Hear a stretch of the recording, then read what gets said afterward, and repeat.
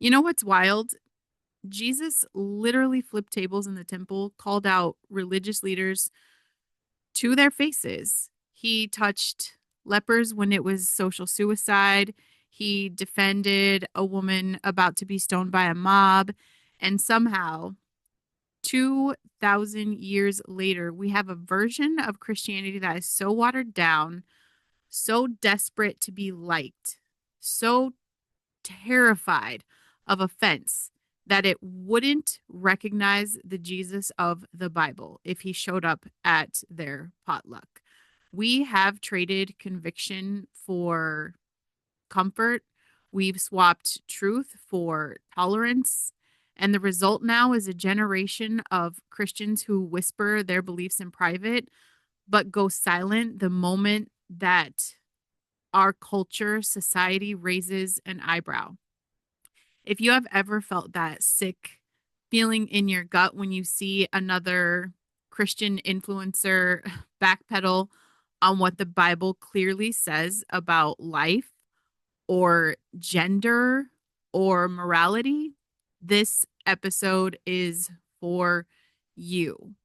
Listen, I am Brandon Lynette, the host of this Listen Bitch podcast, and I coach women with neurospicy brains to take massive responsibility for creating their future with God by stepping into their full potential. Okay? Not the bullshit people pleasing version of potential, but the kind that actually costs you something, the kind that requires you to stand firm even when your hands are shaking. And before we get deep into this mess, I just want to put out a call here. I am looking for sponsors who aren't afraid to stand with me. If you have a brand or products that you promote that can align with core biblical values, the sanctity of life, the truth about gender, the importance of law and order, and you're not going to fold the second someone posts an angry tweet or calls you names, let's talk because I want to partner with people that are going to speak to my audience, that have a backbone, that are going to stand behind what they do. So, the church is producing cowards, and I'm not talking about the people who don't go to church. I'm talking about the ones who claim to follow Jesus on Instagram, who post like their pretty aesthetic Bible verse graphics, who talk about being led by the Spirit, but the second that the culture pushes back, they vanish, they delete, they clarify, they apologize for believing what scripture has said for thousands of years. And here's the thing, this isn't just disappointing, it is dangerous. Because when you have, listen, if you have a neurospicy brain like a lot of us do, you're already fighting a war in your head every single day. You're already battling the noise, the overthinking, the constant questioning of whether you're too much or not enough. And when the very people who are supposed to model courage, who are supposed to show you what it looks like to stand firm in truth, when they crumble under pressure, it doesn't just shake your faith in them, it shakes your faith in yourself. So, you're just scrolling on Instagram and you see a post from a Christian influencer that you have followed for years. Okay. She is talking about kindness. She's talking about love and grace and all good things, right? Except she's using those words to excuse her silence on abortion. She's using grace as a cover for refusing to say that killing babies is wrong. Or maybe it's a pastor, someone with a massive platform who posts a long winded thread about how we need to listen more and hold space for people who are confused about their gender. When sure, listening is important, but when that's all you do, when you never actually get around to saying, hey, God designed you male or female, and that's not hate, that is truth. You're not being compassionate. You're being a coward.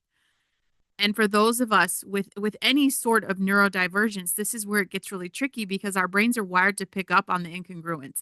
Like we could smell fake bullshit from a mile away. We notice when someone's words don't match their actions, and we feel the tension when someone says they believe the Bible, but they live like they believe what's happening in our current culture more. And that tension, it doesn't just stay out of their digital world, it seeps into your real life. It shows up when you're at a family dinner and someone makes a comment about how love is love. And you feel your throat tighten because you know what you believe, But you have watched so many Christians back down that you're not sure if you're allowed to speak up. And it shows up when you're at work and a coworker casually mentions their pronouns and you freeze because you don't want to be rude, but you also don't want to participate in a lie. It shows up when you're trying to raise your kids to know the truth in a world that's constantly telling them that the truth is whatever they feel, and you look around for backup, for a church, a leader, a community that's going to stand with you, and you find a whole lot of silence. And if you've got a brain that already struggles with that executive function, that already has a hard time making decisions under pressure, that already second guesses every single word before it leaves your mouth, this is crushing, because now you're not just fighting your own brain, you're fighting the fact that people who are supposed to have your back are MIA. And this is where it really flares up the most, in the moments of confrontation, not the big dramatic kind. Like those happen too, okay? But the everyday kind, the moment when your kid asks why their teacher said there are more than two genders, or the moment when a friend text you asking if you saw that post about the new gender affirming care clinic opening up and what do you think? Okay. The moment you're filling out a form and it asks for your pronouns and you have to decide if you're going to comply or push back, these are the moments when courage is built or cowardice is reinforced. And if you've spent years watching these Christians fold under pressure, you've internalized this script that says maybe it's not worth it, maybe I should just stay quiet. This silence has become complicity. We have contributed to the chaos in the world today because we're thinking maybe I'm just making too big of a deal out of this. Here's the thing. Jesus didn't die so you could stay quiet. He didn't pay the price for your silence. He called you to be a light, and light does not apologize for shining. And this matters so much with my neurodivergent people. You are already dealing with a heightened sense of justice. Like we feel things deeply, big feelings, okay? And you notice the inconsistencies that other people gloss over. You care about fairness and truth and integrity in a way that can be exhausting because the world doesn't always reward that. And when you're wired this way, watching people, especially Christians, compromise on core values isn't just frustrating, it's destabilizing. Because if they can't stand firm on something as clear as don't fucking kill babies, like how are you supposed to trust them on anything else? And if they won't even say that men and women are different, how are you supposed to believe they'll have your back when the pressure's really on? And here's the kicker, that instability doesn't just live in your head. It's going to affect your ability to show up. It affects your confidence. It affects your willingness to take risks, to put yourself out there and to step into the potential that God has for you. Because if you don't believe that anyone will stand with you, why would you step out at all? So what do we do about this? Listen, bitch. First, you have to get crystal clear on what you actually believe and why, not what your favorite influencer believes, okay? Those people are bullshit, full of shit, bought and paid for, okay? And I've seen that in the Christian community that I follow, and I've seen that in the political side that I follow. Everybody. Like, these are not your heroes. You have to get down to the core part of what your beliefs are, not what's trending, in the Christian circles. What does the Bible say? What has God revealed about life and gender and morality and truth? And once you know that, once you've done the work of anchoring yourself in scripture and the character of who Jesus is, you have to make a decision. Am I going to stand on this or am I going to bend? Because here's the reality. Culture is not going to get easier. It's a shit show out there, and the pressure is not going to let up. If anything, it's just going to keep getting worse. I mean, that's biblical, right? If you don't decide now what you're willing to lose for the sake of truth, you're going to fold when the moment comes. And I'm not saying that you have to be loud or obnoxious, okay? I'm not saying you have to pick fights, but I am saying that silence in the face of evil is complicity. And you have been given a voice, a platform, whether it's just a social media following, a job, a family, or a circle of friends. You have a responsibility to use it. Second, you have to stop waiting for permission from other Christians to stand firm. And this is huge if your brain is wired like mine, because we look for external validation. We can't help it. We want to know that what we're doing is right. We want to see someone else go first so that we know it's safe. Here's the truth, you guys. The church is full of cowards right now. And if you're waiting for them to lead, you're going to be waiting forever. You have to be willing to go first. You have to be willing to be the weirdo. You have to be willing to lose followers, lose friends, lose opportunities, because the alternative is losing yourself. And more importantly, the alternative is failing to live out the calling that Jesus put on your life. And he did not call you to be safe. He wasn't like, oh, Patty, just stay comfortable. Listen, bitch, he called you to be faithful. And you need to build a community of people that won't back down. And that's why I'm grateful for my listeners and my new crowd on Facebook. When I, what do we call it, came out politically, I've had the same core ethics and values my whole life. And I guess actually saying it out loud stirred the pot. I had hate messages. I was called every name in the book that you could possibly imagine. People unfollowed me, threatened to hurt my family. It was a lot of ridiculous bullshit. Okay. I rebuilt the community.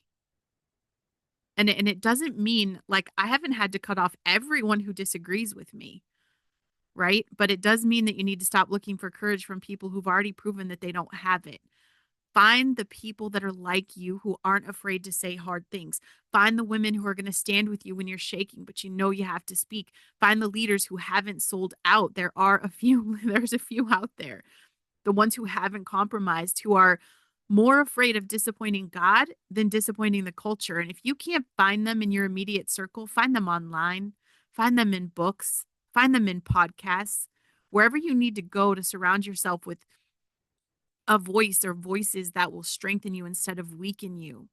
Okay. And the next time you're faced with a moment where you know you should speak up, but you're scared, I want you just to pause, take a breath, and ask yourself this question: am I more afraid of man or God?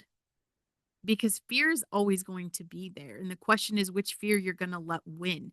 And if you let the fear of man win, you're going to stay silent and you're going to nod along and you're going to go with the flow and you'll walk away feeling sick to your stomach because you know you just chose comfort over conviction. But if you let the fear of God win, the reverence, the awe, the understanding that he sees you and he's the one you'll answer to, you'll find the courage to open your mouth. And it's not going to be eloquent, you guys. Never once have I ever talked about this where someone's going to be like, wow, she's so eloquently spoken. No, it's shaky and I have big feelings and I'm abrasive. But what I say is fucking true. And that is what matters. And I get it. I get it. Our brains are running a million miles a minute. We're catastrophizing every possible outcome. And the idea of speaking up, I mean, sometimes feels impossible. But this is what I've learned. Courage is not the absence of fear, it's the decision to act in spite of it. And every single time that you choose to speak the truth, even when your voice is shaky. Like I've had butterflies since I pressed record on here. Not only because I'm live streaming on YouTube, but because I'm about to put this out for, 1,000 people to hear today. It's intimidating, okay? The fear is there, but the courageous thing to do is to record and I don't know how this is going to land. I'm just building muscle every time I talk about this stuff. And you're doing the same thing. You're training your brain to know that you can do hard and scary things. You're proving to yourself that you're not a coward. And over time, I promise it does get easier. And it's not because the stakes get lower, it's because you get stronger. Jesus did not call us to be cowards. He called us to be witnesses. He called us to be light in darkness. And right now, that darkness out there is thick. It is thick.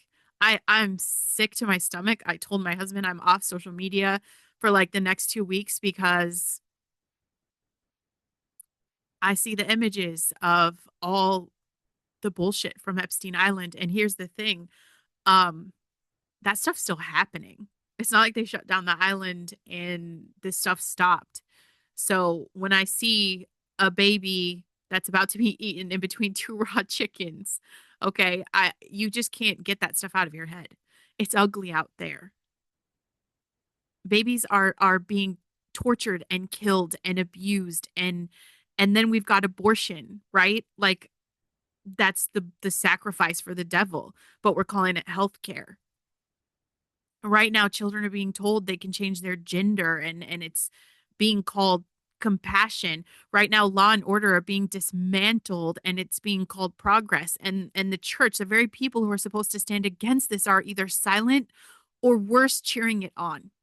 And you don't have to be one of them. You don't have to follow the crowd. You don't have to wait for permission to stand on truth. Jesus already gave you that permission when he called you. So listen, bitch, if this episode knocked the wind out of you or made you feel some kind of way, good. Love it or hate it. Do me a favor. Like the show, subscribe the show so you don't miss an episode, and leave a written review. This is how you can help me help other people find the show, the message. And if you want to go deeper, if you want resources, coaching, a community, please go to my website, brandonlynette.com, and sign up for all things truth and courage, and stepping into your God-given potential. I actually have an email going out today if you are interested in getting into the Bible and reading it. I have a schedule. I post a new one every month. I'm sending out February's. I know I'm a day late. It's okay. Um, but yes, I'm sending out the schedule, the entire month of January, the reading schedule that I'm on. So please get into that. Get into my Bible study for a badass group on Facebook, because I definitely want people, I want to have conversations with what I read. Every day I read something, and this is my third go around in the Bible. And every time I read, every day, like, I see something new, and I see a different perspective. And more than anything, I see how loved we are. I see how everything in this world was orchestrated so you could be here, so you could step into your potential. We want this human experience. We wanted to be here. We knew we could come here, and we knew that it was going to be a shit show, and we knew that we were going to be swimming upstream. Okay. We knew that, and we knew we could remember who the fuck we were. And that's all I want to help you do, to step into your potential, to use your voice in whatever method works best for you.